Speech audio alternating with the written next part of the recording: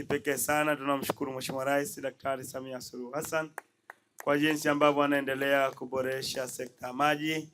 Maji sasa hivi yanafika kila kona, lakini pia tunamshukuru Mheshimiwa Rais kwa kuwa karibu na wadau wa maendeleo. Asingekuwa yeye kuwa karibu na wadau wa maendeleo, hata hawa ndugu zetu msingeweza kuwaona hapa Arumeru.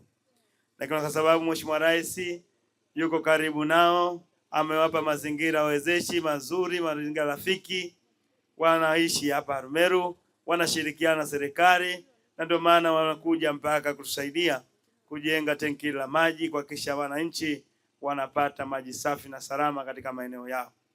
Lakini tunawashukuru pia wadau wa maendeleo kwa kazi kubwa mnafanya kushirikiana na serikali.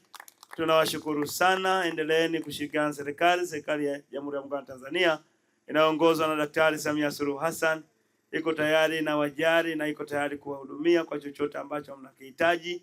Kaeni hapa, endeleeni kusaidia jamii ya Kitanzania. Mheshimiwa Rais anawapenda sana.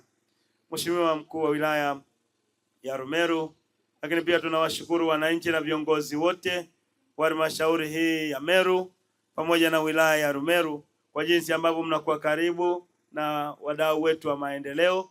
Ndio maana hawa wadau wa maendeleo pia wanaweza kusaidiana na nyinyi na kushirikiana.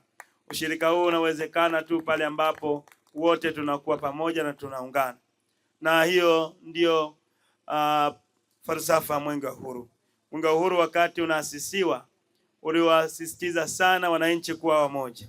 Ndio maana Mwenge wa Uhuru kile unapozunguka katika nchi yetu unatuunganisha Watanzania wote, tunakuwa wamoja, lakini mpaka wale wageni ambao wako hapa ndani ya taifa letu na wenyewe wanaungana na sisi, wanakwenda kuwa wamoja. Na hiyo ndio Mwenge wa Uhuru ambao umeasisiwa na waasisi wa taifa letu. Lengo lao lilikuwa hilo, kutuweka pamoja ili tuendelee kujenga nchi yetu na kuhakikisha kwamba nchi yetu inabakia salama.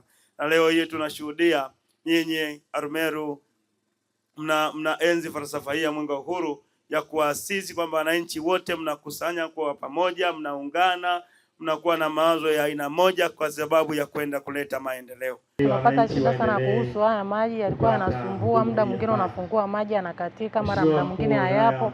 Lakini kwanza tumepata mradi wa RUWASA, kwa kweli tunashukuru. Sasa hivi tunafaidika na maji. Tunashukuru sana. Sasa hivi hatuna shida ya maji. Changamoto kubwa ilikuwa ni maji.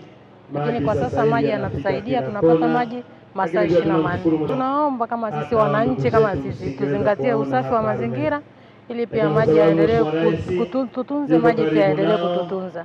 Sababu mazingira yakiwa safi kama hivi, maji pia yanakuwa yako sehemu ya salama. Tenki letu tulitunze, liendelee kufanya kazi kwa uimara.